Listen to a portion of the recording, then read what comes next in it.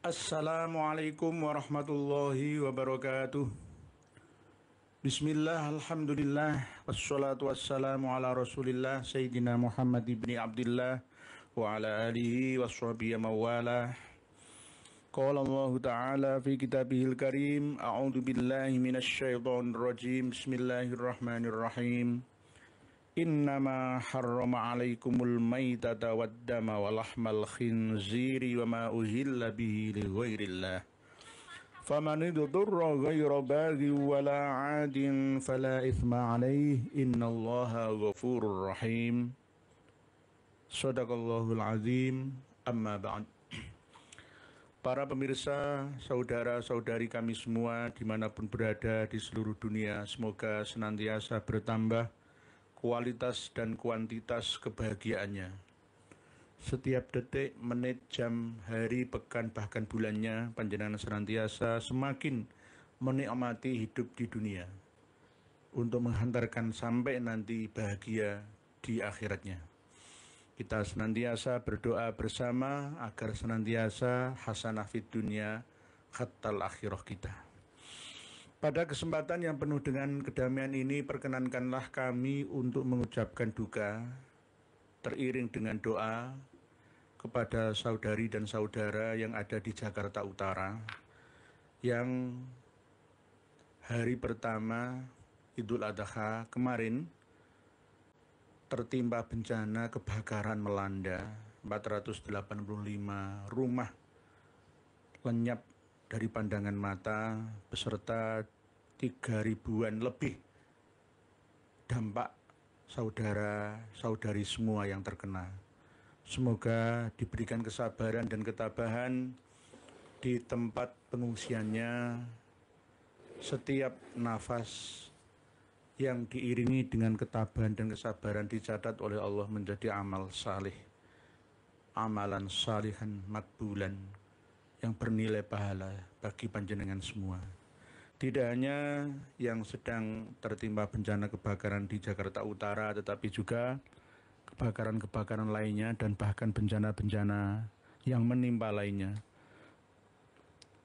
Ibu Siti Hajar Az-Zahra. Assalamualaikum Kiai, izin nyimak. Waalaikumsalam warahmatullahi wabarakatuh. Ibu Siti Hajar Az-Zahra ini orang Bandung, Sri Kandi pejuang mencerdaskan umat yang ada di seluruh bumi Indonesia Raya ini. Nggih, sama-sama. Waalaikumsalam warahmatullahi wabarakatuh. Ibu Siti Zahra, Siti Hajar Az-Zahra atau Ibu Hajah. Kami malam hari ini tidak mengambil tema yang berat ya untuk dipahami dengan menghadirkan kitab-kitab yang ada di referensi dan dokumentasi kami, tetapi kami hanya mengangkat tema yang sebenarnya sudah lama terjadi ya. Kami hanya mereaksi. Intinya kami ingin berinteraksi dengan panjenengan semua karena beberapa hari belakangan ini belum bisa berdiskusi via udara. Malam hari ini kami fokuskan untuk menyapa panjenengan semua sekaligus tetap membahas tema yang campur-campur ya, gaduh-gaduh. Tidak hanya tema tentang masalah nasab itu berdasarkan keilmuan, jangan difinishkan dengan mubahalah ya. Apakah kita tidak berani bermubahalah? Yo sangat berani, cuma yang kami khawatirkan kan ada musibah dan bencana yang tidak kita inginkan bersama. Oleh sebab itu, kalau tidak mampu menghadirkan data, referensi, kitabnya, tes DNA, data faktanya, semuanya, menyerahlah, taslimlah, maka selamatlah panjenengan semua yang masih pro dan percaya dengan adanya ceramah-ceramah khurafah berdasarkan karomah yang selama ini bergentayangan di mana-mana mengotori akliyah kita, sehingga kita pun memiliki pandangan hidup yang sama seperti mereka. Karena seseorang itu akan menggandrungi sekaligus meniru perilaku orang yang dicintainya. Yuhsyarul mar'u ma'aman ahabba itu tidak hanya di dunia saja tetapi nanti juga di akhirat. Idolanya itu siapa? Maka dia akan meniru ucapannya, perilakunya, dan bahkan pemikirannya. Ya. Kalau idolanya itu seorang ahli khurafat atau khurafiyun, ya maka ya akan tidak jauh dari imamnya, pemimpinnya, idolanya, panutannya. Pak Muhyiddin Wahid selalu kiai, salam dari Bendul Merisi Surabaya. Lah ini Bendul Merisi mana? Bendul Merisi Surabaya itu kecamatannya Wonocolo. Bendul Merisi itu dekat dengan Dresmo, Dres Santri Limo. Tapi kalau Dresmo itu dibagi dua, ada yang ikut kecamatan Wonokromo, ikut Jagir, dan ada yang ikut kecamatan Wonocolo yang sebelah selatannya Jalan Royo, Jalan Daleman. Bendul Merisi itu termasuk tetangga dekatnya Dresmo. Oke, Bendul Merisinya mana? Oke, jadi kami akan menyapa panjenengan semua. Pak Muhyiddin Wahid, salam dari Bendul Merisi Surabaya. Oke, siap Bendul Merisi. Bendul Merisi itu dulu sejarahnya itu orang suka tawuran, akhirnya istilahnya mendol-mendol dan perutnya berisi karena disantet ya, disuuk, ditenung ya sama musuhnya.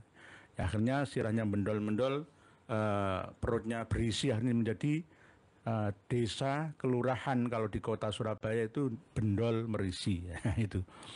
Oke, Pak Muhammad Gifran, assalamualaikum untuk semuanya. Waalaikumsalam. Pak Usman Blora, dari ngarasa semoga dapat ilmu yang manfaat. Amin. Matur suwun sami-sami. Kita kembali ke tema bahwa untuk menanggapi ya data kitab ya harus dengan kitab. Sudah ada kitab-kitab yang dibuat untuk bantahan, ya, dengan alasan untuk mengesahkan nasabah alawi tetap tidak bisa diterima. Dasarnya apa? Sudah kita terangkan bertahun-tahun lamanya. Jika masih tetap ada yang kekeh meyakini, itu urusan kembali kepada kita saling menghargai. Yang penting bentuk dari toleransi itu kita tidak direndahkan atau diserang balik dengan perkataan, ucapan, sumpah serapah mubalahan. Ini namanya toleransi. Baru 1 menit yang lalu ada seorang yang menduduki Rois Am Kabupaten ya, NO ya, PCNO, berdasarkan kiai dulu yang selalu takdim, takluk, tunduk, taklid ya sama keputusan PBNU walaupun salah itu. Ya saya jawab, ya lawang sekelas ketua Rois Suriah ya, PCNO kok iso nggak ngerti hadis Kanjeng Nabi la ta'ata li makhlukin fi maksiatil khaliq, itu bagaimana? Atau tidak kenal dawuh dan tulisan dari Romo Kiai Haji As'ad Syamsul Arifin Asafiyah Situbondo. Ya ketinggalan zaman. Taklid itu hanya bagi orang awam ya. Sedangkan orang yang alim itu tidak boleh taklid. Haram hukumnya untuk taklid. Jadi kiai-kiai semua harus tertantang untuk mencari datanya sendiri. Kenapa hak nasabah alawi itu batil? Nah, batil. Kenapa? Ya cari informasinya melalui channel ini dan channel-channel lainnya. Muhammad Saifuddin Zuhri, Asma'ul jelaskan tentang mubahalah. Nah, sudah pernah kami bahas sih Pak Muhammad Saifuddin Zuhri, sudah pernah jauh itu. Pertama kali kan Rasulullah dengan Nasron Najron itu, tetapi nggak jadi ya. Asal usul ashabul kisah kan ya di situ. Ya. Jadi mubahalah itu tidak terjadi karena Rasulullah menantang para pendeta dari kalangan umat Nasrani yang berasal dari Najran itu, tapi nggak jadi. Tetapi setelah era Rasulullah ya ada di kalangan tabi'in dan seterusnya itu ada ulama-ulama yang melakukan mubahalah dengan lawannya ya. Lawannya, dan ada yang tercatat ya tumbang ya, itu ada. Tetapi untuk era sekarang sebenarnya hal-hal yang seperti itu kan ya kurang ilmiah lah itu. Ilmiah selesaikan dengan ilmiah itu. Kecuali masalah-masalah yang pelik, rumit, sulit untuk cari solusinya. Itu baru mubalah. Wong ini solusinya ada kok. Catatannya ada. Kurang berapakah kitab yang kami hadirkan karya-karya Ba'alawi atau karya eksternal Ba'alawi atas permintaan Ba'alawi yang isinya mengandung penyesatan agama dalam hal akidah, syariah, dan sufiahnya. Tidak hanya masalah furu'iyah saja. Ya termasuk ya akidah juga, menyangkut akidah. Di awal tahun ya pertama kali kami membahas tentang batalnya nasab Ba'alawi, kami belum berani untuk menvonis bahwa Ba'alawi itu sesat secara akidah. Ya karena masih dalam tahapan muqaddimah ya. Waktu kami diwawancari oleh Raden Syarif Rahmat ya di Depok itu saya belum berani karena apa? Masih dalam tahapan muqaddimah. Setelah tahapan berikutnya ya isi dan takhtimahnya, khotimahnya, maka kami sampaikan juga kitab-kitabnya, maka kami putuskan tidak semua tapi kebanyakannya ya, mereka itu menyimpang secara akidah. Dan bahkan secara syariah juga sebagian ada yang menyimpang. Contoh kecil misalkan amalu Ba'alawi hujjah misalkan di dalam kitab Bugiyah misalkan ya. Apa yang dilakukan oleh Habaib Ba'alawi itu bisa menjadi hujjah. Hujjah itu ya dasar, dalil, pedoman, panutan ya seperti Quran. Nah, ini kan berbahaya. Berarti kalau ada Habib misuh ya kita boleh misuh mengikut Habib Ba'alawi kok. Kama qala Habib Abdurrahman bin Muhammad Al-Masyhur. Kan hujjah itu. Misalkan ini ada Habib yang mengerogol ya payudara wanita yang dijumpai di depannya misalkan ya.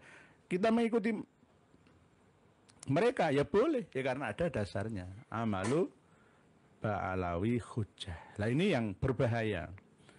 Tidak hanya itu masalah akidah-akidah juga. Termasuk merusak akidah tentang sakralnya ya ketuhanan kita, uluhiyah ya, bahkan bisa melihat Allah seperti wajahnya Habib Abdullah. Lah ini kan ya sangat-sangat berbahaya. Sampai-sampai neraka jahim juga bisa dipadamkan, malaikat bisa diliburkan ya kan, pencatat amal juga bisa diliburkan itu. Tidak hanya Mungkar Nakir saja tapi Raqib Atid juga. Lah ini kan berbahaya. Nanti lama-lama surga itu surga versi Dajjal dan neraka versinya juga.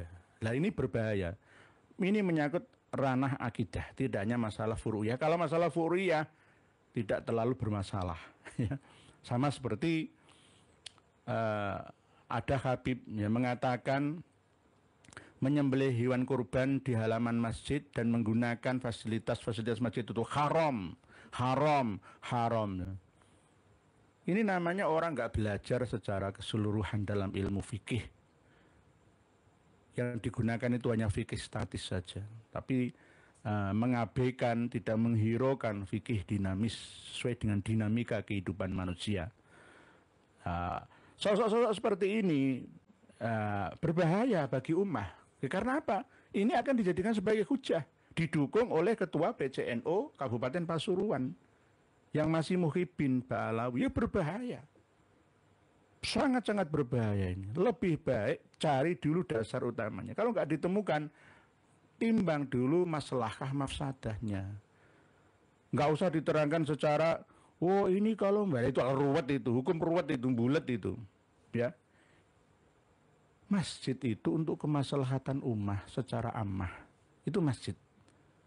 Tidak hanya bagi jamaah, bahkan bagi orang kafir pun bisa mendapatkan manfaat dari masjid itu dalam hal misalkan muamalah misalkan. Ya nggak apa-apa. Ya. Nggak masalah. Itu. Apalagi masalah menyembelih hewan kurban di depan atau halaman masjid dan menggunakan air listriknya. Ya nggak usah dibahas haram kok, begitu haram gampang. Berani mengharamkan yang dihalalkan. Lihat dulu kasusnya seperti apa. Ya karena memang di dalam Madzhabul Arba'ah ya, tempat pembagian dan juga penyembelian sekaligus daging-daging itu bisa dilihat oleh fakir miskin itu ya di masjid musola itu atau di lapangan. Karena memang itu haknya mereka. Yang salah kaprah yang justru lah ya. Perlu dikritisi itu bukan masalah menyembelih hewan korban di halaman masjid. Membagikan daging korban tidak pada sasarannya. Itu yang penting. Kadang-kadang kan perumahan menengah ya mengadakan korban dibagi sendiri ke tetangga-tetangganya yang mampu. Ya, ini kan enggak hasil tujuan. Enggak hasil tujuannya. Tujuannya korban itu agar bisa dinikmati oleh orang-orang yang tidak pernah menikmati makan enak, daging, sate, dan sebagainya. Gitu loh. Kalau orang-orang kaya ya sudah nggak perlu. Kemarin tuh saya malah nggak uman. Saya berikan kepada orang semua. Saya cuma sate pun nggak saya makan. Karena apa? Yang penting itu umat kebagian. Lah ini yang malah justru yang penting. Kalau masalah mengharamkan penyembelihan di halaman, yang tidak boleh itu di dalam ruangan masjid. Kotorannya itu diobrat-obrat nang imaman atau tempat khutbah, mimbar, lah itu baru haram. Ambillah analogi, setiap masjid itu harus ada tempat pembuangan kotoran, tinja ataupun kencingnya jamaah, supaya orang kalau mau berjamaah itu bisa tenang dalam beribadah. Mosok masjid musola rono tempat buang air kecil dan besar kan ya lucu. Wah haram itu, wah masjid kok dibuat toilet. Haram lagi ya. Rokok haram lagi ya. Kalau semua haram, umat manusia ini nggak bisa gerak.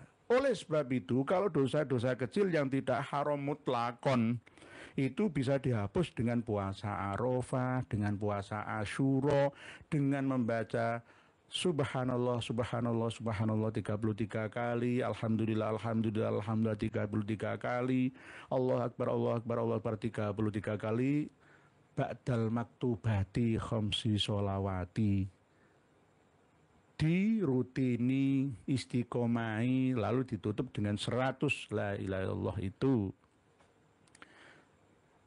Walau kanat dzunubuhu ya mithla zabatil bahri, walaupun dosanya itu sebanyak buih di lautan. Oh, diampuni semua dosa ya, dosa ini.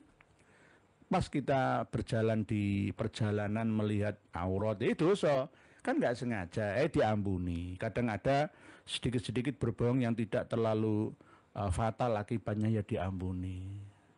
Dosa-dosa kecil itu, misalkan ada kurang halal, apa yang kita makan, kita minum 100% kurang halal, ya bisa diampuni dengan amalan-amalan puasa dan yang saya sampaikan tadi. Jadi begitu, karena manusia itu mahalul khoto' wa nisyan. Kalau ingin semua tidak mau dosa ya jangan hidup di perkumpulan banyak orang, ya huzlah di hutan. Gitu nggih. Dari Pak Coro. Assalamualaikum Pak Hari Agus. Assalamualaikum Pak Yai, nderek ngaos sami. Berikutnya Ali Asyadi Taupan. Assalamualaikum warahmatullahi wabarakatuh. Sinanggul Melonggo Jeporo hadir Pak Kiai Indonesia sehat selalu nggih. Alhamdulillah. Melonggo Sinanggul nggih. Kecamatan Melonggo. Ujung Para. Dikatakan Ujung Para itu karena dulu dari Kerajaan Demak Bintara ke arah utara itu tempat pelabuhan yang besar. Sebelum ada kerajaan Islam pertama di Jawa, di Ujung Para itu sudah banyak lalu lalang ya perdagangan internasional di sana. Akhirnya menjadi Ujung Para, Ujung Para, Ujung Para menjadi Jepara. Pak Suwarno Warno Gus Wafi ajak mubalah. Gak usah Pak. Kang Timur, Habib ngayal terus yai kipin sering dereng sadar, ken mikir waras kipin yai nggih kudu digendam ulang. Karena memang masuknya ke memori mereka dari para habibnya itu sudah dalam jangka waktu yang lama. Jadi tidak bisa secepat kilat langsung bersih semua, itu nggak bisa. Mesti ada bekas-bekasnya. Bahkan sekelas Pondok Pesantren Paiton Probolinggo saja itu mengarang sebuah kitab panduan dzikir dan sholawat. Yang isinya juga masih ada kabinnya, nanti kami buka bersama. Saya sudah dihubungi oleh kawan-kawan yang ada di Probolinggo sana. Ya inilah kadang-kadang kita ini ya sulit untuk meninggalkan kebiasaan yang sudah lama kita lakukan. Kadang-kadang itu. Okay. Pak Arif Azhar, MLBNU adalah jalan terbaik untuk memperbaiki struktural NU yang sudah lama rusak akibat dikuasai para politikus yang hanya mengharap jabatan. Nggih, Pak Arif Azhar, insya Allah nanti kita agendakan. Pak Muhammad Hanafi Indir Nyimai, semoga bermanfaat buat kita semua, amin ya rabbal alamin. Dirgantara Yuda Arjuna, tak perlu mubahalah dengan penjajah anti damai, dengan penjajah HRS kapan dijadikannya perang, teriak-teriak doang. Okay. Di negeri yang damai itu haram untuk mengobarkan perang. Perang itu melawan kemiskinan, kebodohan, kebatilan dengan tetap menerapkan kebijaksanaan. Gak ada yang namanya perang saudara antar sesama umat Islam. Mau dijadikan seperti Yaman dah. Podo Islami gorok-gorokan. Mau dijadikan seperti Suriah dah. Mau dijadikan seperti Irak dan bahkan Libya. Yo, berarti ya mereka memang kaum perusak perdamaian. Ngajak perang. Lalu mangsamu sing diajak perang iku rawani. Nek angkat semua kita kobarkan perang, hancur, habis sudah. Gak ada yang tersisa. Terusir dari negeri kita seandainya. Oleh sebab itu jangan ngomong perang-perang. Perang itu melawan KKB, OPM. Nah itu kita bantu TNI Polri kita, itu baru perang yang sebenarnya. Itu pun harus tetap kita nasihati lagi melalui Menteri HAM. Ya, kenapa perang? Ya, dari mana dananya? Dikompor-komporoi sama negara mana kamu? Nah ini harus. Gus Haji Jazuli, assalamualaikum ya, semoga sehat, amin, matur suwun. Gus Haji Jazuli LCMH, ya beliau ini bukti dari lulusan Hadrami Al-Ahqaf University yang masuk Hadramaut provinsi ya. Tapi beliau tidak taklid buta ya dengan rektornya ya, dengan kawan-kawan seperguruannya ya, seperjuangannya. Karena beliau Gus Jazuli ini orang yang merdeka, bisa menentukan pilihannya, tidak mudah diatur oleh Dek Hanif Alatosnya, nggak bisa, nggak bisa. Walaupun di Sabtu ilmu nggak bisa, ilmu itu milik Allah, nggak bisa seorang rektor, pengasuh pondok pesantren, kepala sekolah, oh kamu kalau menentang kebijakanku, kamu ilmumu tidak bermutu, tidak bermanfaat, selalu misalkan. Nggak bisa seperti itu, berarti ini kan merasa bahwa ilmu yang kita punya itu miliknya, kan begitu nanti. Padahal semua ini milik Allah. Harta, tahta, ilmu kita, keluarga kita, semua itu titipan Allah belaka. Kita hanya menjalankan amanahnya. Begitu juga ilmu pengetahuan. Gitu. Jangan merasa saya alim, nggak bisa. Nggak bisa. Nggak bisa. Oke. Kalau saya mengerti itu bisa, boleh ya, boleh ya diterapkannya, boleh. Tapi kalau wah saya nggak bisa. Oke. Jadi Gus Haji Jazuli ini orang yang sangat top. Pak Joko Nur, Gus Haji Jazuli semoga Allah memberikan kesehatan dan keselamatan. Amin, matur suwun nggih. Pak Hari Agus salam nggih. Alhamdulillah matur suwun. Gus Haji Jazuli, amin. Terima kasih Bib Joko Nur. Pak Joko Nur bukan Habib nih. Pak Kiai dari Tangerang. Pak Hamauti Uti, PBNU sekarang jadi lahan cari nafkah bukan cari ridho Allah. Kan sudah kami peringatkan beberapa tahun yang lalu. Negara kita ini tempatnya para preman bersarang, menguasai. Sistem premanisme, tidak hanya preman yang benar-benar terlihat seorang preman dan gerombolannya, tapi preman-preman berdasi, preman-preman berjubah, preman-preman berkacamata, berjas ria, ya banyak sekali. Akhirnya apa? Nggak bisa maju negeri ini. Sulit untuk maju kalau dekat direformasi. Ya, yang kedua kali setelah 98 yang lalu itu. Harus direformasi lagi. Caranya ya begini, mulai dari kita sedikit demi sedikit. Ya. harus direformasi supaya bangsa ini suatu saat nanti ya bisa dinikmati oleh generasi-generasi anak cucu kita nanti. Harus karena apa? Akeh-akehan pendukung, aku lu duwe 20 juta suara misalkan. Hei Pak Presiden, kasih saya tambang. Hei Pak Menteri ya ekonomi dan sumber daya mineral misalkan. Misalkan aku njaluk tambang, tak tarik tambang. Iya, kalau untuk menguntungkan seluruh anak bangsa nggak masalah, nggak mengapa. Tapi kalau untuk kemasukan uang sakunya ya, tabungannya secara pribadi kan ya, ini yang kejahatan luar biasa. Tambang yang ada di Raja Ampat ya, tambang nikel ya, lebih besar yang di Morowali. Nikel yang di Raja Ampat itu sejak tahun 2017 yang lalu sebenarnya, mulai tahun 1970. Tapi tidak terlalu dekat dengan wisata bahari, wisata murni Raja Ampat. Nah ini kan baru terkuak karena medsos ya. Ya akhirnya banyak orang yang kok ada ya PBNU ketuanya masuk ke situ. Lah inilah yang dikhawatirkan nanti kalau begitu-begituan ya NU ini akan disetir oleh uang gitu loh. Penguasa, tunduk dengan kemauan penguasa. Yang penting dikasih uang saja. Kalau amanah nggak masalah. Kebanyakan itu kiai itu bukan urusannya tambang. Kiai ngurus tambang itu bisa juga masuk dalam kategori idza wusidal amru ila ghairi ali fantadirisa. Ada bagiannya sendiri. Dalam sejarah bendahara NU yang ditangkap oleh KPK itu siapa? Ya baru kemarin itu, nggak pernah ada dulu-dulu itu. Itu pun ditutup kok beritanya kan. Ya gara-gara ini. Nanti kalau begitu muktamar pemilihan ya kepengurusan struktural tahun 2026 yang akan datang, persiapan 2027 misalkan, akan bermain uang dari hasil tambang dan hasil dari sumber-sumber dana yang lain. Akhirnya apa? Orientasinya bukan keumatan, tetapi keuangan. Pak Suherman, maaf Yai, jika ketum NU masih mengidolakan Habib, berarti diamnya Pak Alawi sukses Yai. Sebab kalau struktural PBNU dan kultural berselisih, Pak Alawi sudah enggak ada misi, mereka sudah sampai tujuan. Tujuannya ya mengadu domba itu.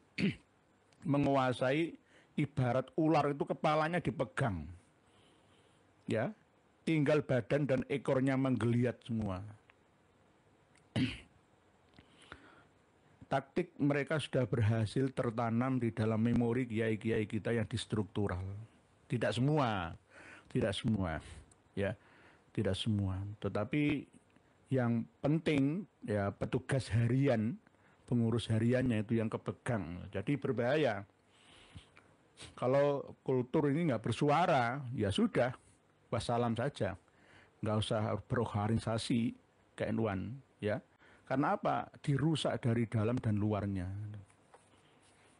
Buktinya apa? Jatma sudah dikuasai sebagai kebangkitan dari Jatman, ya, Jatma Aswaja. Bukti bahwa memang Jatman itu ya tidak rela dilepasnya, yang akhirnya mendirikan saingannya Jatma Aswaja itu. Masa kita masih belum terbuka mata itu, gitu.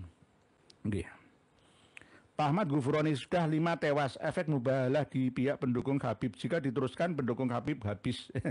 Oke, nanti kalau kita berdalil seperti ini, kita ganti diserang lowong kiai kok nyukurno, tidak ilmiah, ya enggak begitu. Memang mubahalah itu memang ada efeknya, baik positif ataupun negatifnya dari kedua ya golongan atau orang yang pro dan kontra. Ada bagi orang yang beriman terhadap agama secara kafah keseluruhannya, pasti percaya. Ya. Kalau nggak percaya berarti ya dia hanya mengandalkan IQ-nya. Tapi jika ditelusuri melalui jalur saintifik juga masuk. Ya, karena itu nanti akan mengena ke mental. Gitu. Setiap dari diri manusia itu ada malaikatnya. Wa inna alaikum lahafidhin. Dan jika kekuatan yang terbangun, power didukung oleh malaikat itu didukung pula oleh data kitabnya. Terus dilawan dengan orang yang tidak memiliki data dengan menentangnya, ya maka akan jatuh. Akan jatuh. Akan jatuh. Walaupun kita tidak mendoakan jatuh. Gitu. Oke. Oke, begitu. Jadi masalah mubahalah itu seperti itu. Oke. Pak Muhammad itu Habib Rizik gurune NU. Nggih, nggih. Nggih, lha ngono kok ya ora krungu lah. Nanti semua ya milik Habib. Nggih. Mbae sulap NU nebeng urip nggih singkatannya begitu aman gondol. Habib Yahudi Yaman nggih. Jadi kita harus benar-benar waspada. Jangan sampai jatuh pada lubang yang sama. Orang mukmin itu tidak akan pernah jatuh pada lubang yang sama. Kegagalan yang pertama itu akan jadi pelajaran kita bersama. Kita sudah kadung terbiasa ya, dulu itu diadu domba. Maka selanjutnya jangan sampai terjadi lagi pada diri kita. Kita harus bersatu padu bersama, ya rukun agawe santosa, cerah agawe bubrahnya persaudaraan kita. Nggih. Tapi kalau kalangan kibin biarkan, ini Pak Gus Aziz Jazuli, kalau kalangan kibin biarkan mubahalah tunggal saja yai, karena berbicara data sains mereka tak mudeng.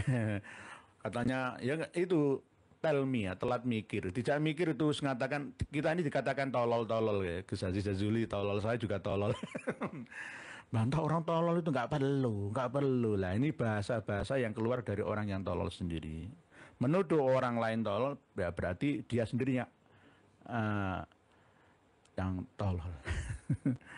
Kumprung nih bahasa kitab ya, bahasa Jawa gandulnya itu kumprung ya.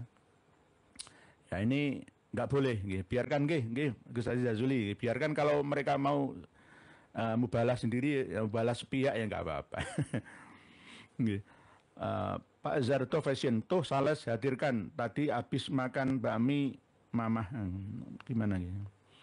Surya Jaya, pengen cepat-cepat muktamar, semoga ketua PBNU dan seluruh pengurus-pengurusnya bukan dari kalangan Muhyiddin, harus wajib. Dulu almarhum Kiai Haji Hasyim Muzadi itu sempat dawuh bahwa tidak bisa dipisahkan antara ulama dengan habaib ya, karena memang Romo Kiai Hasyim Muzadi belum punya kitab seperti saya ini.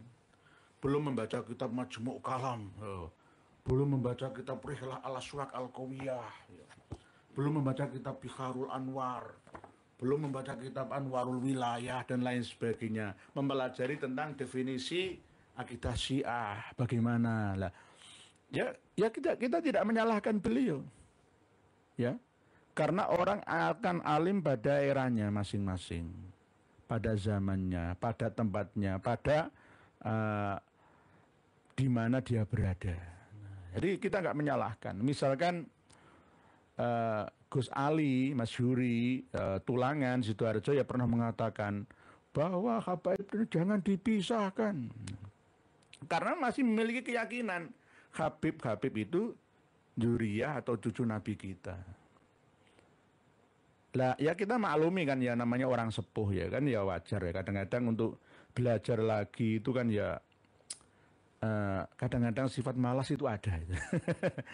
Bener ya, misalkan sekelas ya mohon maaf ya, Kiai Haji Said Akil Siraj yang mengatakan bahwa keturunan Kanjeng Nabi itu tidak ada yang bernama Ubaidillah.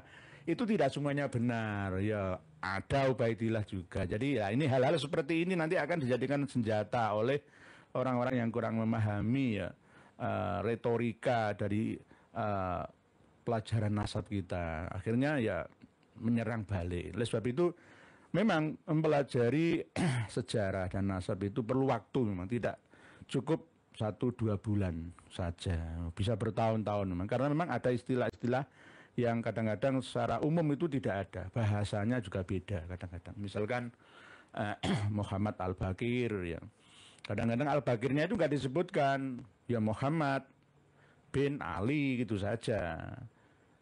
Supaya jelas kan, Muhammad Al-Bakir bin Ali Zainal Abidin bin Husain bin Ali. Ya, itu lebih mudah dipahami. Ya.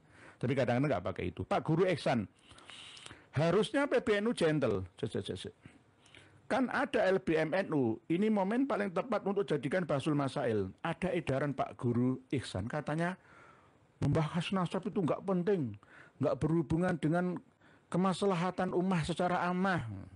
Nah ini nggak mau belajar, itu alasannya, dalil dasar hujahnya orang malas yaitu. Justru kalau kita nggak belajar ilmunya maling, kita akan mudah dimalingi. Di sirep, ajian sirep Begananda kita langsung tidur lelap ya, bisa dicuri. Begitu juga ketika kita tidak mempelajari kitab-kitab karya Ba'alawi, eksternal Ba'alawi, ya, maka kita mudah dikibuli, dikelabui, dikadali, dibodohi, gitu. Sama dengan misalkan ada cerita tentang malaikat Mungkar Nakir yang bertanya kepada seorang muhibin yang sudah meninggal dunia, "Man rabbuka?" Jawabannya adalah Habib Abdullah bin Alwi Al-Haddad. Oh, bukan. Abdullah, ya, bukan bin Alwi Al-Haddad. Abdullah bin Alwi Al-Huyur bin Muhammad bin Ali bin Muhammad Sohib Mirbad. Tapi orang kadang langsung memahami Abdullah bin Alwi Al-Haddad. Ya, karena kita nggak punya kitabnya, nggak mau mencarinya. Sumber datanya dari mana? Akhirnya ya harus menengahi saja. Ya sama seperti LBM, PBNU, PWNU, PCNU, bahkan pesantren-pesantren lainnya. Ya mau bantah kayak apa nggak punya kitabnya. Kalau kita ingin membantah ya sirahnya, biografi manakibnya Habib Abu Bakar Gresik, ya wajib punya kitab ini. Lah kalau nggak punya kitab ini ya nggak bisa. Bagaimana kita mau bantah? Ketika setiap kholnya Habib Abu Bakar Sohib Gresik ya dipropaganda oleh para penceramahnya dari kalangan mereka, padahal nol. Ya ini dasarnya. Ya kita nggak bisa berbuat apa kalau kita nggak punya ini. Oleh sebab itu wajib punya ini. Nah ini perumpamaannya. Begitu nggih. Sales kicap teram, kibin akut yang kekeh dipersilakan mubahalah. Jangan nanti malah gak bagus. Andi Hidayat, Fakih Mukodam itu dulu saat masih kerja, masih hidup, kerja di kantor Kodam. Bukan Mukodam nggih. Bukan Mukodam pakai kaf tapi pakai qaf nggih. Al-Faqih nama aslinya itu Muhammad. Bapaknya bernama Ali. Ali itu anaknya Muhammad. Muhammad yang ini Sohib Mirbad namanya. Muhammad Sohib Mirbad anaknya Ali Kholik Kisam. Ali Kholik Kisam anaknya Alwi. Alwi anaknya Muhammad. Muhammad anaknya Alwi. Alwi anaknya Ubaidillah, katanya seperti itu. Jadi Al-Faqihil Muqaddam itu gelar. Dulunya nggak ada, baru-baru saja ada Faqihil Muqaddam, Faqihil Muqaddam itu. Ini kok muter-muter ya? Enggak ada. Berarti dataku. Sambung non gini. Okay. Jadi mohon maaf, saya akan membaca tulisan panjenengan yang awal tadi sambil selang-seling nanti. Jadi Al-Faqihil Muqaddam, saya sudah mengumpulkan bersama dengan kawan-kawan itu 600-an khurafat dan karomatnya Habaib Ba'alawi sejak awal. Bisa mengalahkan kitab Al-Jawharus Syaffaf ya. Berisi cerita-cerita yang tidak sesuai dengan standar karomah ya. Tapi berstandar khurafah ya.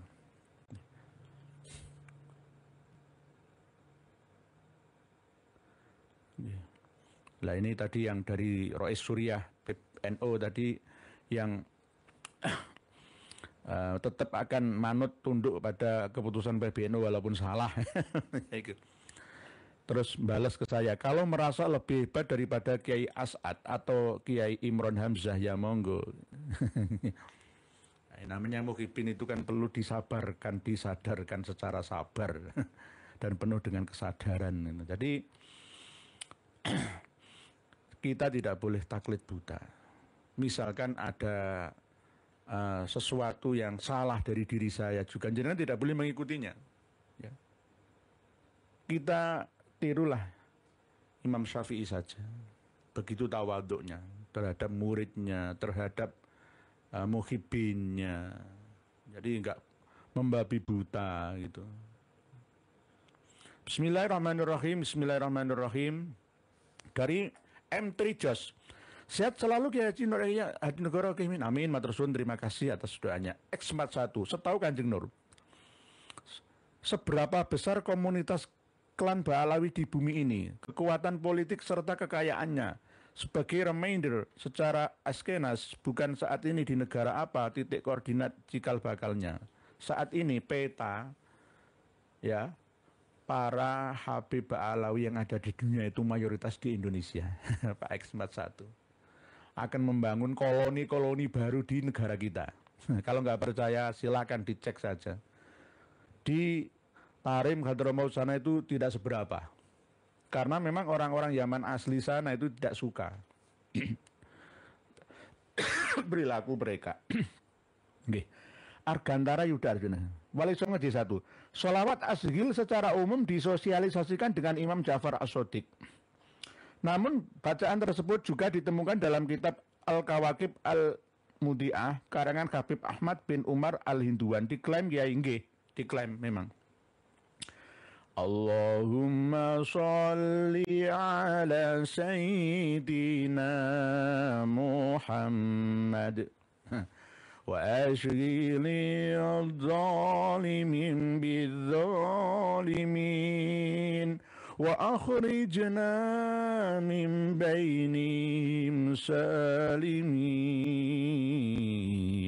wa ala alihi wa sahbihi ajma'in. Mohon maaf, suara saya yang biasanya merdu kayak Said Zulfikar Asy-Syaibani itu sekarang berkurang. Agak gelor-gelor, mohon maaf. Nggih, sholawat azghil itu dulunya memang dinasti pertama dari Abbasiyah itu agak sedikit mengawasi dari Ahlul Bait dan cucu duriyahnya. Itu yang akhirnya Imam Ja'far As-Shadiq ini berdoa dengan sholawat azghil ini. Jadi nanti diklaim lagi milik HPI Ba'alawi dari marga Al-Hinduan. Marga Al-Hinduan itu sama seperti yang di Banyuwangi itu loh. Ali Al-Hinduan yang membunuh sekeluarga yang dihutangi 500 juta beserta dengan mobil penternya di hutan licin, di hutan licin Banyuwangi itu Ali Hinduan. Harusnya sudah didor hukum mati di Nusa Kambangan harusnya. Nggih, Wali Songo D1 nggih. Nggih, Pak X41. Nggih. Titik koordinat cikal bakalnya karena memang ada agenda bahwa Indonesia kita ini adalah Taman Eden. Jannatu adnin tajri min tahtiyal anhar itu Indonesia. Sejak dulu pada zaman Nabi Idris belum lahir lah ya, Nabi Adam kita belum lahir lah ya, ada Taman Eden. Minal masyriq ilal maghrib. Kehidupan pertama kali itu yang menyinari matahari itu di mana? Ya di sini. Mulai dari Papua, ya Pasifik lah ya, dari Papua sampai ke Sumatera. Waktu itu masih gabung ya, kebanyakan pulau-pulaunya. Karena orientasi dari orang-orang barat itu memang selain mencari rempah-rempah koloni-koloni G3 itu, gold, terus glory and gospel itu untuk mencari tanah jajahan baru. Nah, melihat rempah-rempah yang ada di Indonesia melimpah ruah, yang akhirnya ya ingin menguasai daerah, wilayah. Sama seperti para perantauan dari Hadramaut dulu. Orang-orang Yaman, orang-orang Hadramaut datang ke Indonesia. Tidak hanya Hadramaut ya, orang Mesir juga. Termasuk ya Yaman bagian barat, bagian utara. Banyak yang datang ke sini. Karena memang pelabuhan Arab itu ya dari Eden situ berangkatnya. Melalui pinggir pantai ya, garis pantai sampai India, sampai Kamboja, Thailand itu Kamboja, sampai Aceh Darussalam sana.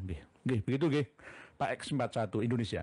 Muhammad Jawari. Assalamualaikum warahmatullahi wabarakatuh. Absen Nyimak Yai barakallah. Amin. Matur suwun Pak Amin Pak Muhammad Jawari. Mas Anom. Fahrul Razi atau Ketua PBNU merupakan salah satu anggota Dewan Komisaris PT GAK Nikel, perusahaan yang mengelola pertambangan nikel di kawasan Kabupaten Raja Ampat, Papua Barat. Ternyata enak jadi PBNU. Enak. Enak. Tinggal memanjakan perut ya enak kemana-mana. Duit mengalir masuk ke rekening kita. Mau apa? Haji pun di atas furoda.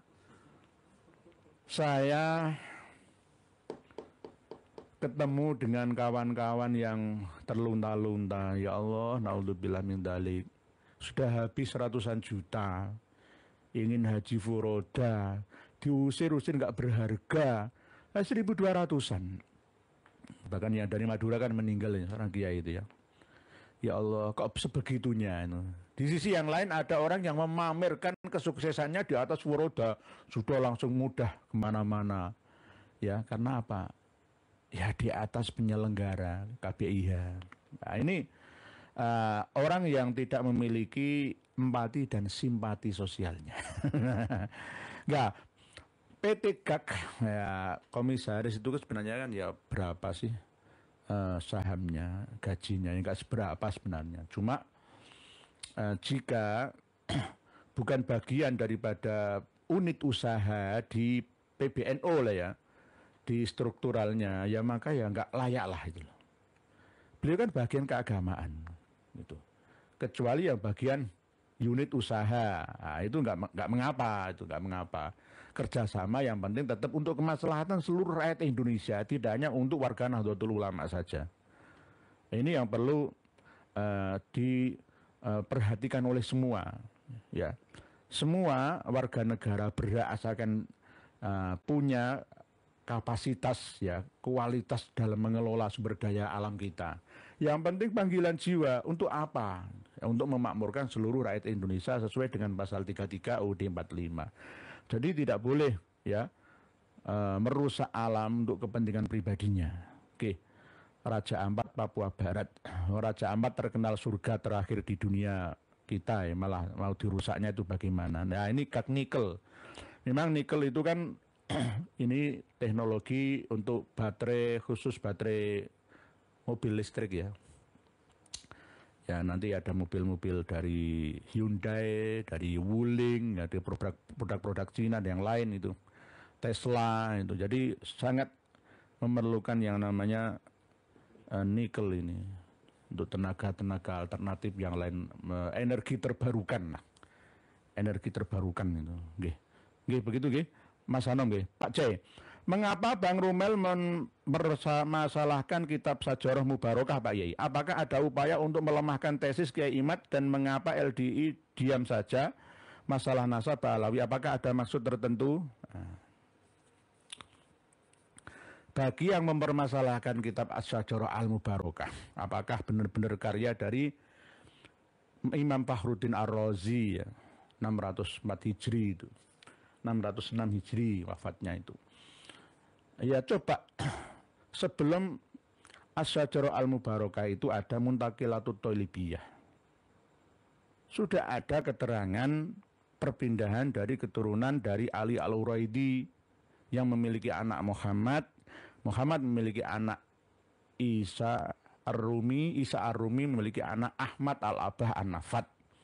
Keturunan dari Ahmad Abah An-Nafat di dalam Muntaqilatut Thalibiyah itu sudah tercatat, pindahnya kemana itu sudah ada, termasuk di antara adalah Muhammad ya, di daerah Roy, Teheran, dan satunya adalah Ali di Ramallah, Palestina. Lah kalau yang Husain ini karena keturunannya bercampur dengan Ahmad Asy-Sya'rani, juga dari Ali Al-Uraidi, gabung ya, akhirnya tercampur. Itu dijelaskan di dalam keterangan kitab As-Sajarah Al-Mubarokah. Namanya aslinya enggak, bukan As-Sajarah Al-Mubarokah. Ya. Kitab-kitab nasab itu kan ada sumber referensi pertamanya, Bahrul Ansab namanya. Lalu dijabarkan menjadi nama-nama tertentu, disandarkan kepada Imam Ar-Razinya. Begitu. Jadi enggak perlu dipermasalahkan lagi. Selain Asy-Syajarah Mubarakah itu sudah ada Muntaqilatut Thalibiyah yang mencatat anak-anaknya Imam Ahmad Al-Baqir, tidak ada Ubaidillahnya. Tidak ada Ubaidillahnya. Muntaqilatut Thalibiyah itu abad 5 Hijriyah, Ubaidillah sudah lahir. Tidak ada. Kalau ingin melacak keberadaan dari peristiwa hijrahnya Imam Ahmad bersama dengan rombongannya 70 orang itu, ya carilah kitab Al-Bidayah wan Nihayah karya Ibnu Katsir, bukan Al-Bidayah wal Al-Hidayah, Bidayatul Hidayah, bukan. Kalau Bidayatul Hidayah lah Imam Ghazali lah. Al-Bidayah permulaan, wan Nihayah pamungkasan, start finish. Nah, itu cari peristiwa ini tercatat atau enggak ya. Kalau enggak ya enggak ada, sudah. Karena peristiwa 317 Hijriah pada waktu Qoromitoh ya mengekspansi Ka'bah Makkah Al-Mukarramah ya, Masjidil Haram, dan membunuh ya 30.000 orang katanya. Ya itu tercatat semua di Al-Bidayah wan Nihayah itu dan di dalam kitab-kitab yang lainnya. Nggih. Gitu Pak Jai, nggih. Jadi Dek Rumel ini mau kembali lagi ke belakang. Itu sudah lama kita bahas. Mau diungkit-ungkit lagi. Nggih. Jadi nggak perlu, di situ nggak ada Ubaidillah, nggak perlu. Lah, terus ada kitab-kitab baru yang menyebutkan Ubaidillah. Itu pun saya sudah menemukan kitab Al-Usul dan kitab Al-Muntaqa fi Aqabil Hasan Al-Mujtaba karya Said Anas Al-Katabi. Saya pernah mengatakan bahwa Said Anas Al-Katabi atau Al-Qutbi dari Madinah itu jika dirunut juga seorang nakib yang palsu. Nah, nanti kita bahas lagi pada tema yang lain dari malam hari ini gitu. Ya, dan mengatakan adanya Ubaidillah itu bil ijma' surah wal istifadhah. Sudah kami terangkan surah wal istifadhah ijma' itu seperti apa persyaratannya. Sudah ada, sudah lama kita sampaikan dalam kitab Al-Kafi Usul Kafi Al-Muntakhab ya. Kitab-kitab nasab itu, standar nasab itu, nggih, Pak Jai nggih. Mengapa LDI diam saja masalah nasabah alawi? Apakah ada maksud tertentu? Diam karena tidak tahu. Yang dipikir itu uang, usrun gitu. Penting menguntungkan. Tapi mereka ketir-ketir Pak Jai. Karena apa? Nanti kalau Pak Alawi benteng pertama tumbang ya, nggak lama lagi LDI juga akan tumbang, akan menyelamatkan uang-uangnya ke luar negeri. Banyak yang sudah hijrah taubatan, ada yang gabung LDI 60 tahun, 70 tahun ya. Di usia tuanya itu taubat hijrah. Cuma sayangnya mereka yang hijrah dari LDI itu tidak banyak ke NU. Banyaknya itu ke Salafi Wahabi. Kenapa ya? Karena NU tidak mau merangkul gitu. Ajaran NU terlalu ruwet dan bulat katanya. Padahal ya tidak lah. Ya tidak. Jadi tergantung ke NU-annya, wawasan ke NU-an perorangannya. Nggih, itu Pak Jai nggih. Pak Israel Kamret, tepat dan betul dengan keilmuan bukan mubalah. Nggih leres. Nggih, begitu nggih. Berikutnya Bambang Nuryanto. Standar di mana? Gus Adi Jazuli misalnya, Superman, Godam dan lain sebagainya. Bukan Godam, makimu Godam. Ranggenah, Kiai As'ad pernah dawuh, PBNU kalau salah ya jangan diikuti. Masih ada videonya, nggih, Ranggenah, saya masih nyimpan itu videonya itu. Kiai As'ad Samsul Arifin itu yang membawa surat dari Mbah Khalil ke Jombang. Yang diamanai tongkat dan lain-lain itu. Beliau sendiri berpesan seperti itu. Ada videonya dan ada audionya kok. Bisa dilihat dan didengar semua. Nggih, Ranggenah, nggih. Nggih. Pak Nurhadi, ada seorang kiai dari Bogor yang meninggal dunia bareng sapi sembeliannya. Bagaimana analisa Pak Kiai? Lah ini ada berita nih. Hari kapan ya? Ya pas Idul Adha lah. Ya, nyembelih sapi, sapinya digorok, meninggal sapinya. Beliaunya juga ikut meninggal bareng-bareng dengan sapinya. Ini bagaimana? Tukang jagal sapi kambing lah ya. Itu pekerjaan yang berisiko tinggi dalam hal kejiwaan. Oleh sebab itu selayaknya kita hindari. Walaupun halal, walaupun dibenarkan, cukuplah tugasnya mudin saja, fardu kifayah, perwakilan saja. Nggak perlu semuanya bisa menyembelih. Di masjid-masjid banyak yang menyelenggarakan cara menyembelih korban yang benar. Tapi kalau boleh ya, saya berpendapat ini pribadi saya, kalau bisa hindari saja. Jangan, saya sudah nggak mau nyembelih hewan, kasihan. Walaupun diperbolehkan, ya sama seperti regu tembak di Nusa Kambangan. Ya sama dengan hukum perang. Itu resiko tinggi memang. Walaupun benar, walaupun benar.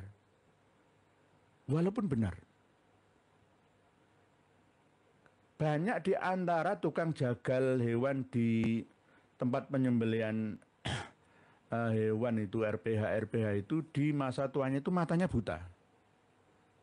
Belum meninggal dunia, belum sampai tua, ya masa sebelum pensiunnya itu buta.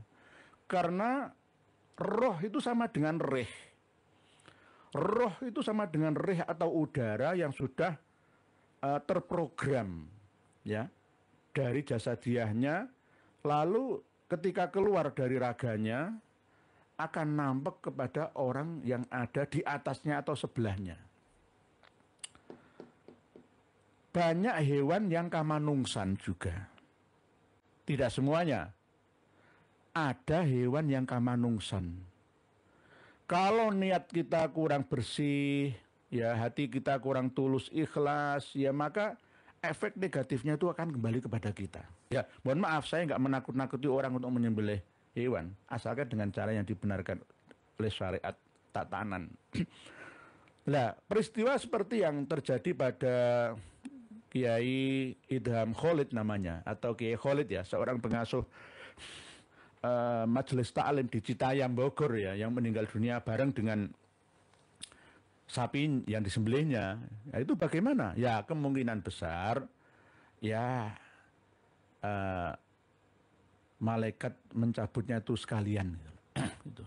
Ya kalau dikembalikan ke hakikatnya ya wis takdir, takdirnya itu. Tapi keluarga yang ditinggalkannya itu ya sudah diwasiati sebelumnya kok untuk meneruskan profesi bapaknya almarhum itu. Terus sebelumnya juga tidak ada riwayatnya ke jantung atau apa ya. Semuanya kembali ke jantung. Mungkin pas lihat darah itu langsung kaget, langsung nyentak ke jantung, lalu pompanya berhenti ya bisa juga. Ya itu menurut standar medis kedokterannya ya. Tapi kalau menurut standar sesuai dengan pemahaman saya yang ya kalau saya terangkan seperti itu kalau ya semua orang ya begitu. Nah ini kan beda gitu. Jadi kalau bisa hindari saja. Itu cukup fardu kifayah bagi orang per orang yang mau menjalankannya. Ya memang hidup ini penuh risiko. Jadi orang seperti saya berisiko. Jadi orang kaya ya resiko, pejabat ya semua ada resikonya hidup ini. Kalau nggak mau resiko ya jangan hidup itu. Karena memang hidup itu penuh dengan masalah. Kalau mau lari dari masalah ya jangan hidup. Inilah hidup. Yang penting kita bisa menimbang masalah dan mafsadahnya. Nah, masalah menyembelih itu tadi ada hewan yang kamanungsan. Ya, nanti ini hampir sama seperti keyakinan Syiah. Mohon maaf, Syiah yang dari riwayat Al-Mufaddal itu murid setianya Imam Ja'far Shadiq. Memang tidak semua hewan ya itu murni tidak memiliki roh sejenis roh insani ya. Tapi kadang-kadang juga memiliki roh insani. Kalau kita tidak percaya dengan adanya naskhu ya seperti itu ya, kita tidak usah percaya hadis Nabi yang menerangkan bunuhlah cicak. Karena cicak itu adalah penjelmaan dari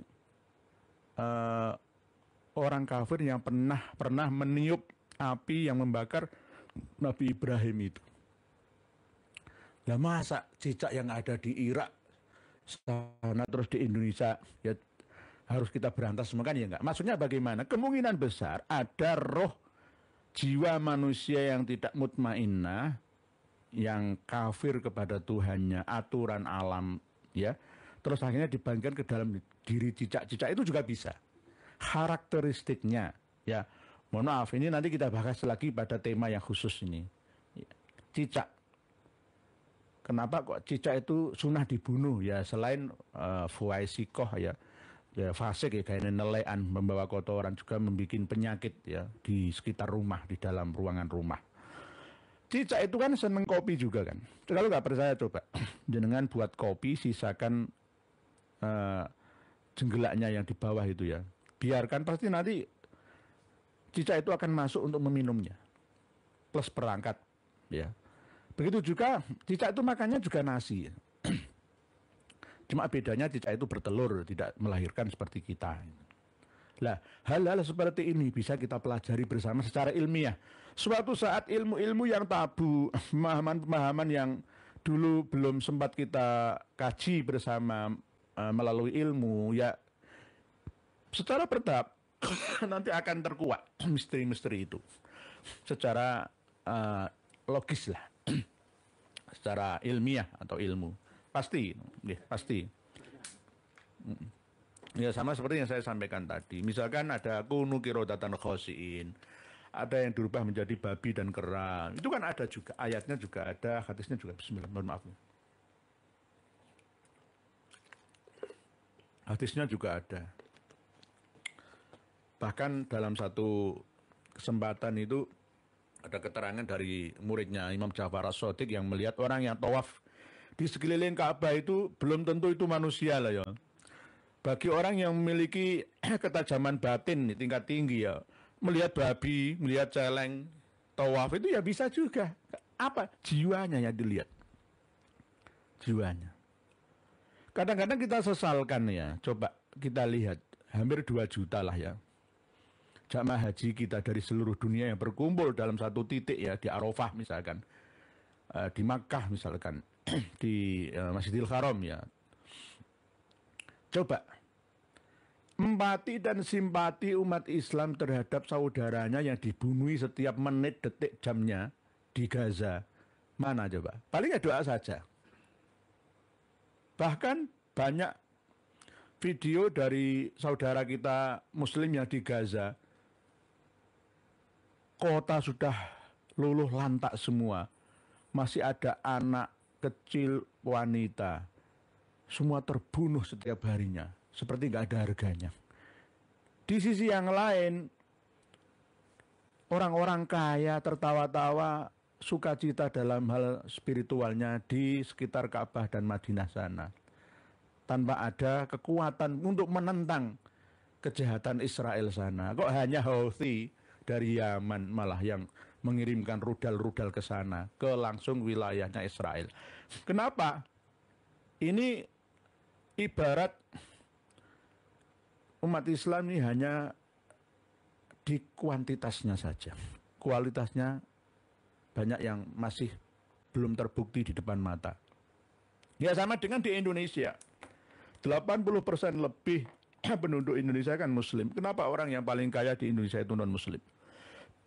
Ini aja sudah bisa kita ya nggak terlalu teliti betul, jeli ya, mendalami masalahnya. Langsung bisa kita menemukannya. Oh kok iso ya? Kenapa ya? Ya sama seperti yang terjadi di waktu haji di sana. Sukses berhaji itu orang-orang kaya semua loh ya. Tapi menghadapi satu negara Israel saja nggak bisa. Membiarkan Israel membantai penduduk Gaza yang sudah tak berdaya. Bagaimana? Di mana 22 negara Arab di sekitar Afrika Utara, Afrika Tengah, Tanzania, Dar es Salaam, Zanzibar, Irak, Iran, Suriah, Turki semua. Mana?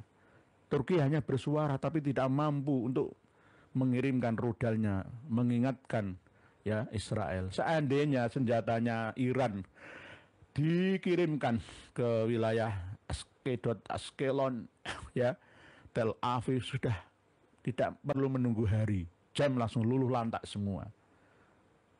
Bandara Ben Gurion kirim aja rudal jelajah jarak jauh dari Iran misalkan, dari Pakistan seandainya. Ya inilah yang namanya aneh tapi nyata. Aneh tapi nyata.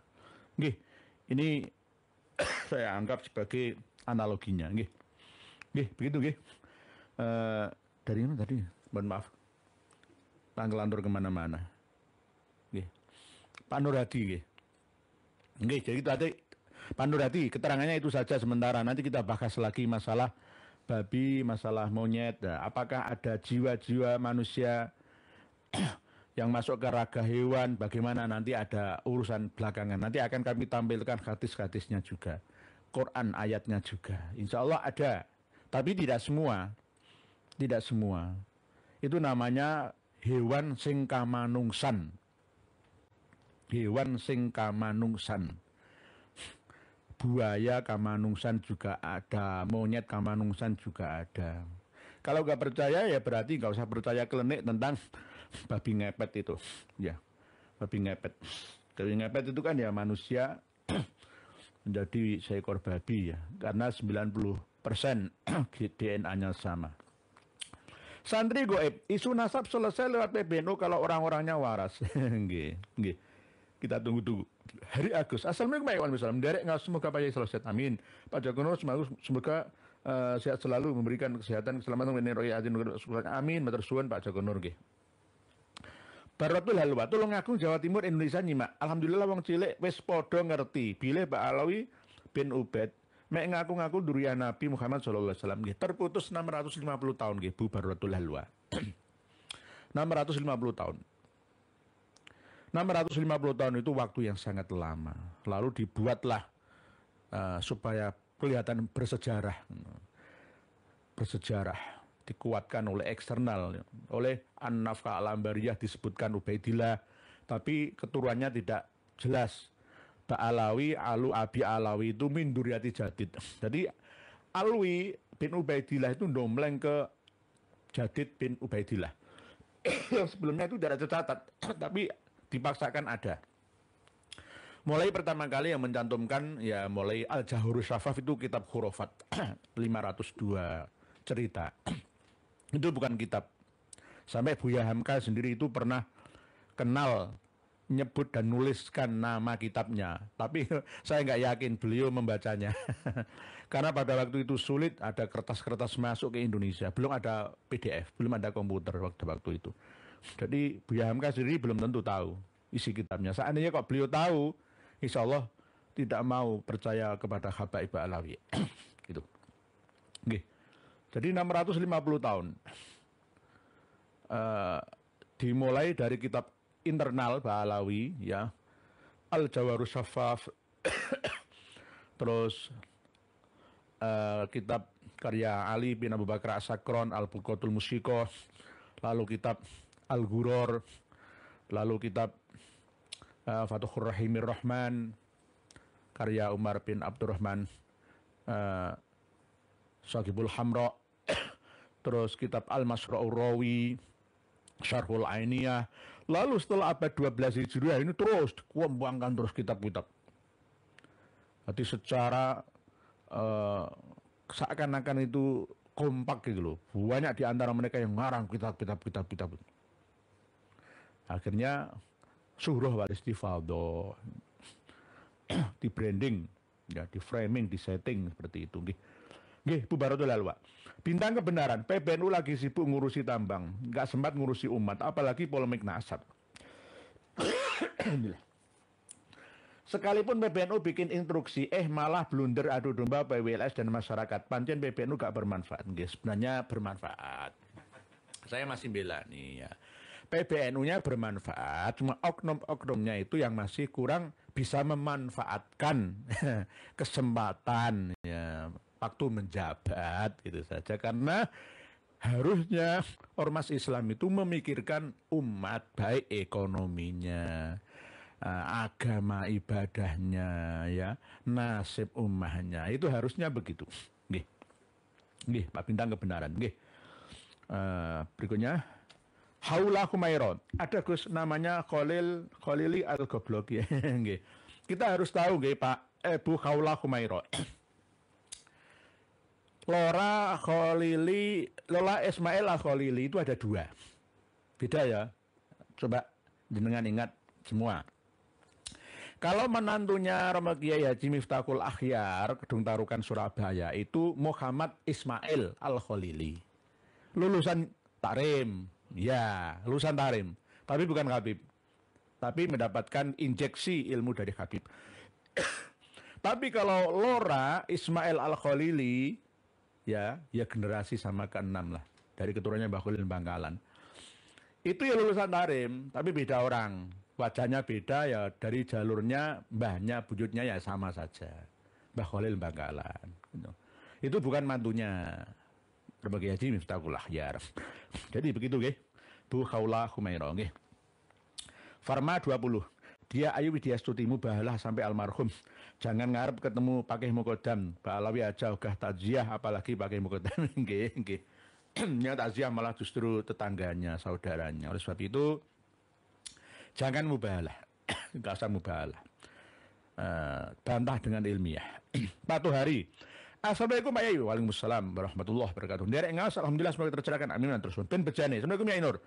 Ahli nasab seluruh dunia belum ada yang mampu membantah dengan dalil yang sah terhadap tidak tersambungnya nasab kabaib kepada Rasulullah hasil tes DNA Yahudi hanya penipu yang mengisbat. Nggih.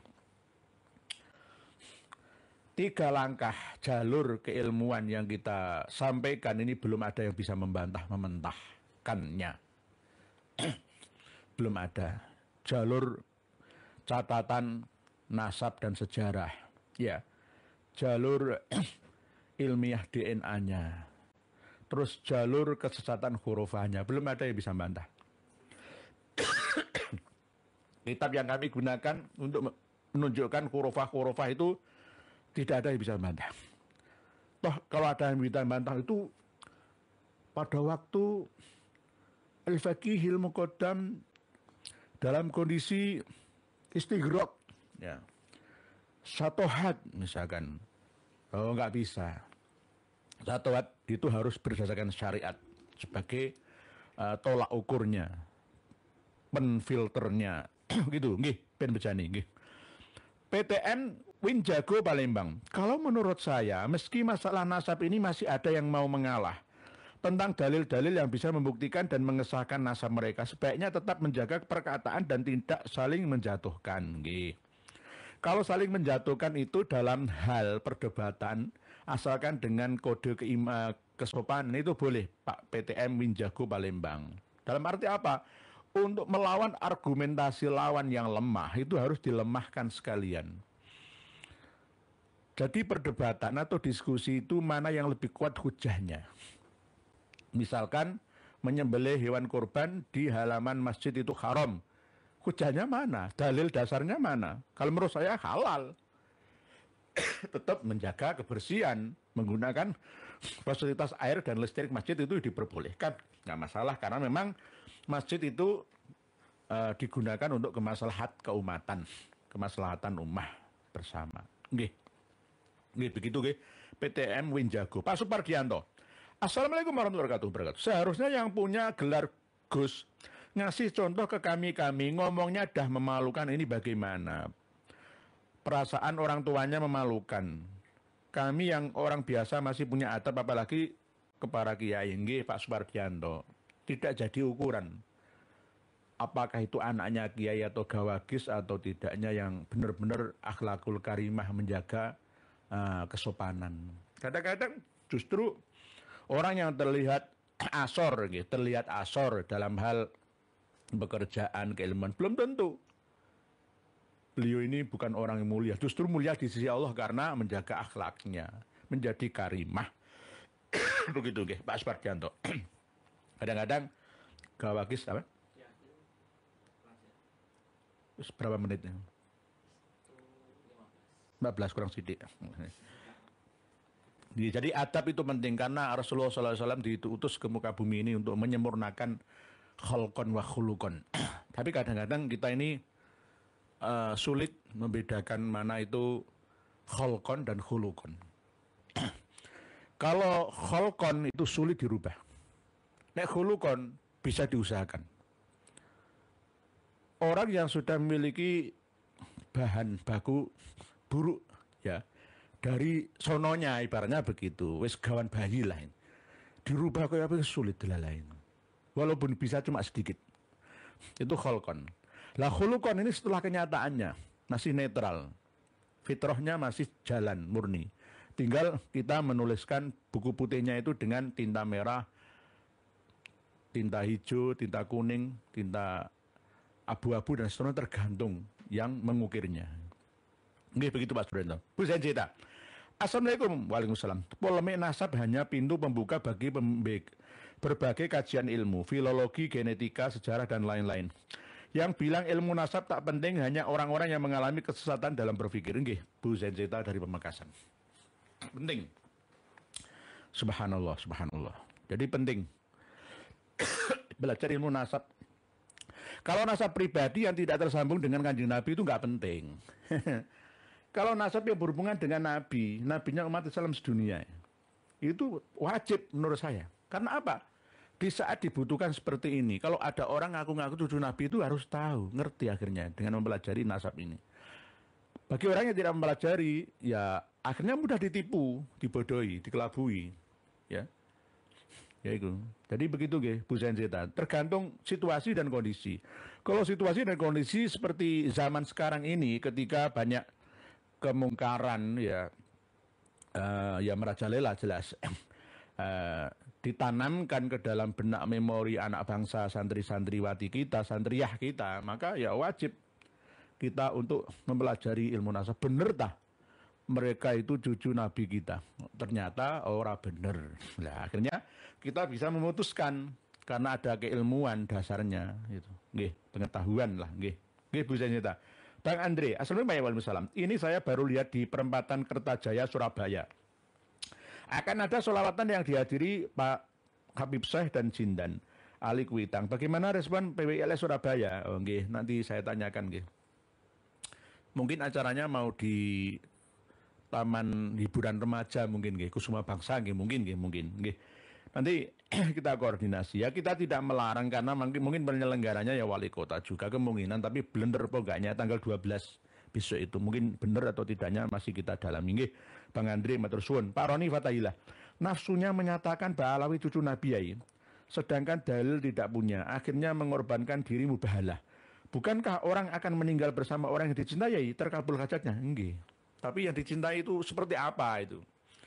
Nanti akan dibangkitkan ya bersama dengan dia itu. Yusarul mar'u ma'aman ahabba atau anta ma'aman ahbatta. Kalau mencintai yang salah, ya nanti akan dibangkitkan dengan salah, dengan orang-orang yang salah juga, kaprah tapi itu. Nah ini sebagai orang yang berilmu, memiliki akal sihah, ya, maka gunakanlah ya barokah dari Allah yang maha rahmah terhadap umat manusia kita ini. Aktifkan ya basiroh kita, pengetahuan pemikiran kita. Jangan sampai kita mudah ya untuk menerima begitu saja tanpa adanya hujah. Nggih Pak Roni Fadil. Bu Arfi Fadila, assalamualaikum. Para Balawi nggak akan mau kalau nasabnya dibeberkan lewat ranah ilmu. Maunya mereka cuma lewat mimpi aja. Kalau lewat mimpi ya terserah. Tapi jangan disampaikan lewat sadar ya qadha. Kalau mimpi ya balas lewat mimpi. Sama dengan ketika kita disumpahi orang di jalan.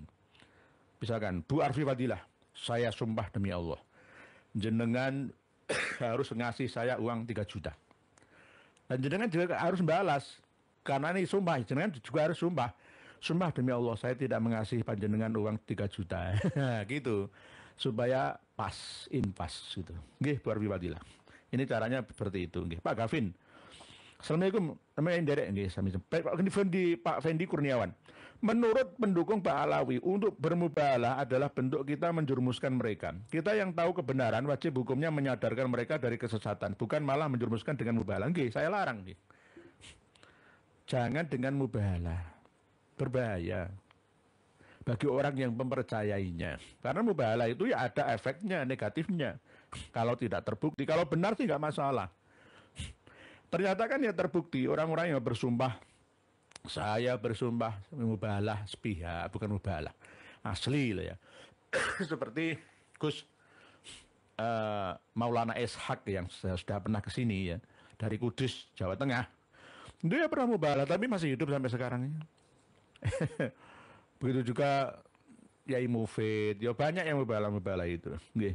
Pak Fajar dengan saya. Muhammad David, Assalamualaikum. Sumenep hadir. Waalaikumsalam. Nggih, Sumenep, Madura. Nggih, monggo Sumenep nanti merembet ke Sampang, Pamekasan, dan Bangkalan. Semua untuk menyadari. Dengan keilmuan, nggak usah musuh-musuhan, nggak usah culuri-culuritan, nggak usah tenung-tenungan. Nggak usah santet-santetan ain-ainan, nggak usah rotip-rotiban menyerang lawan, nggak usah. Buktikan dengan cara yang ilmiah, nggak akan bisa. Jalur bukti kitab karya internal mereka itu sudah menjadi bukti bahwa mereka itu merusak ajaran agama Islam. Di dalam ajaran Islam nggak ada ajaran-ajaran seperti misalkan saya ini menyatu dengan diri Kanjeng Nabi Muhammad SAW. Apa yang saya ucapkan ini dari Kanjeng Nabi. Saya minum ini juga atas kehendak Kanjeng Nabi. Sufi sekelas tinggi ya, elit sufi, misalkan kutbi makomnya, misalkan tetap nggak bisa dibenarkan seperti itu. Apalagi ditulis dalam sebuah kitab, nggak bisa, nggak ada dasarnya. Uang al-halat saja bisa dibunuh dengan syariah kan, dieksekusi kan. Ontosono, sekarang masyarakat Indonesia sudah banyak yang tercerahkan dan sadar bahwa gerombolan Robito Allah yang sudah berdiri mengenai Muhammad dan hanya gerombolan menggih, insya Allah harus tetap disampaikan Pak Ontoseno. Jangan berhenti. Karena apa? Ini perlu waktu lama, tidak cukup 3 tahun, 4 tahun. Bisa puluhan tahun. Karena apa? Generasi muda kita ini sudah banyak yang tercemari keyakinannya, pemikirannya. Jadi kalau kita diam saja, nanti yang menang ya kebatilannya gitu. Nggih. Gus Haji Zazuli, biarkan saja Bib, admin KRT Nurayatin Negara, kipin-kipin yang komen biar seru. Nggih. Nggih. Jadi yang pro dan kontra, nggih, tetap kami baca semua.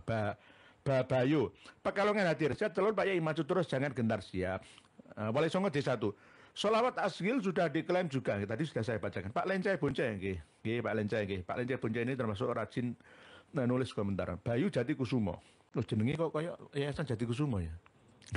Sudiro Hadianto. Bahsul masailkan saja kok ruwet. Lirboyo Ploso lawan Kiai Imad ben cetha. Nggih. Nggih, alergi kok. Alergi nggih. Nggih. Ranggena, Gus, ada berita menarik. Prof Kiai Asep Saifuddin Khalim mengkritisi surat PBNU. Nggih, saya belum nyimak nggih, Pak Ranggena. Isinya kayak apa ya? Mungkin Kiai Imad, Kiai Abbas itu kan ya anak-anak ya, ibaratnya anaknya PBNU lah ya, ya panggilan Kak Isa gitu. Mediasi atau klarifikasi ya, tabayun lah ya. Minta penjelasan seperti apa, biar nanti dilakukan dan disampaikan keterangan-keterangan ya, presentasi yang lebih luas lagi ya, ketemu secara langsung kan iso Pak. Kenapa kok malah tambah mengeluarkan surat edaran itu nggih, surat edaran itu nggak produktif menurut saya. Banyak akhirnya pro kontra di lapangan. Nah, akhirnya Banser Banom ini juga banyak yang protes nggih. Akhirnya multi tafsir multi interpretasi, multi asumsi nanti nggih. Tuntung TNT itu berarti kemarin mana ya? Tuntung TNT. Orang Yaman saja tak percaya dengan Habib. Kok pribumi percaya Habib buta tak melek, aneh. Gih. Kadang-kadang Muhyiddin itu lebih fanatik daripada Habibnya sendiri. Kadang-kadang orang Indonesia lebih Arab daripada orang Arab. Ya, karena nggak melihat situasi dan kondisi di Arab seperti apa. Kita ini kadang-kadang mudah tertipu oleh casting. Nggih, kadang-kadang mudah tertipu. Orang Arab sekarang itu sudah moderat. Malah justru orang di sini malah lebih Arab daripada orang Arab. Nggih, orang Arab di masalah budayanya. Kita ini banyak tertipu oleh casing. Nggih. Hidayatul Mukarram. Di mana kitab-kitab khurafat Ba'alawi di-download? Nah, kalau download itu kadang bisa, kadang enggak, kadang biaya. Kadang enggak, kadang free, kadang majanan. Nah, kalau enggak punya akses, ya enggak bisa. Sebagian kiai-kiai ya minta ke kita, ya kami kasih, kami kirimkan datanya. Nanti kalau enggak saya kirim, saya hanya simpan sendiri saja, ya dikira sama dengan bohong nanti kita. Nggih. 1997 album. Terima kasih Kiai Nusantara. Kiai, apa hukumnya taklid buta bagi awam? Taklid buta bagi orang awam yang masih ada kesempatan untuk belajar, itu tetap haram. Taklid buta dalam hal yang subhat termasuk diantara masalah nasab. Kalau taklid buta masalah sholat 5 waktu yang maklum bidoruri, ya istilahnya sudah semua orang tahu bahwa sholat 5 waktu wajib, ya itu taklid buta gak apa-apa. Gitu. Bahwa rukun Islam ada 6 bukan 7, rukun Islam ada 5 bukan 6, rukun iman ada 6 bukan 7 misalkan. Taklid itu gak apa-apa. Tapi kalau masalah usul furu yang berhubungan dengan masalah akidah syariah itu perlu tetap belajar lagi, karena belajar itu kan sampai mati. Pak 1997 album. Karena kesempatan hidup itu ya kesempatan belajar. Prinsip tolabul ilmi minal mahdi ilal lahdi ini harus kita terapkan mumpung kita masih hidup, karena karakteristik manusia itu kalau otak memorinya tidak diasah itu lama-lama akan tumpul. Jadi ngaji terus. Sebab itu setiap Jumat itu ada khutbah. Itu untuk mengingatkan manusia supaya jangan lupa untuk bertakwa. Wasiat takwa itu kan rukun khutbah. Ya ayyuhalladzina amanu taqullaha haqqa tuqatih wa la tamutunna illa wa antum muslimun, dan seterusnya dan seterusnya. Wasiat-wasiat takwa itu. Nggih. Jadi hukum taklid buta bagi orang awam yang masih ada kesempatan untuk ngaji dan belajar tetap haram dalam hal-hal tertentu. Nih, kalau dalam hal-hal yang tertentu pula diperbolehkan. Misalkan si maklum bidoruri, wis aku nderek Kiai Marzuki Mustamar dalam hal apa? Dalam hal tentang syarat sah rukun dan batalnya sholat. Ya wis pokoknya wundu, piye wundu ini kok yang ini wis mengikuti aja lah sudah. Misalkan haji, wis tergantung mutawif lah atau imamnya lah, yang pemandunya lah, wis manut saja boleh. Umrah, wis ikut mutawif saja lah, ikut kepala regunya saja, yang kepala rombongannya saja, itu nggak apa-apa, nggak apa-apa. Tapi kalau dalam hal sholat ya tetap harus tolabul ilmi supaya untuk menguatkan kualitas ibadah kita kepada ilahi Robbi. Mungkin demikian. Masih banyak tulisan panjenengan Pak Yarto Fasien Lencai Bonce. Ini Gus Hadi Zazuli panas dalam kayak yai nggih. Gara-gara kecapean ngurus korban. Bambang Nuryanto ngaku orang Indonesia tapi main klaim di Indonesia. Pertanyaannya, Anda waras? Enggak waras Pak Bambang. Pak Muhammad Ridho dibunuh kemudian dibakar padahal kibin akutnya sendiri. Nggih, Pak Muhammad Ridho itu yang terjadi di Banyuwangi. Nggih. Namanya Habib Ali Hinduan. Habib Hinduan yang membunuh orang jamaah muhibinnya sendiri. Tidak hanya dibunuh pada waktu pas waktu sholat ya dibunuh, dikapak atas perintahnya ya dari sesama muhibinnya, diadu domba antar sama muhibinnya, langsung dibakar di hutan di daerah Licin Banyuwangi sana. Nggih, itu kasusnya jenengan buka di Google searching masih ada. Habib Ali Hinduan membunuh sekeluarga di Banyuwangi, itu langsung tampil semua nanti. Nggih. Demikian yang dapat kami sampaikan Forum 21 dan seterusnya. Semoga saja tulisan panjenengan bermanfaat untuk kami sebagai peringatan dan untuk semua menjadi tambahan wawasan. Jika ada perkataan yang kurang berkenan, mohon dimaafkan. Untuk kesimpulan bahwa tidak dan sudah tidak zamannya lagi kita bermubahalah seperti ini.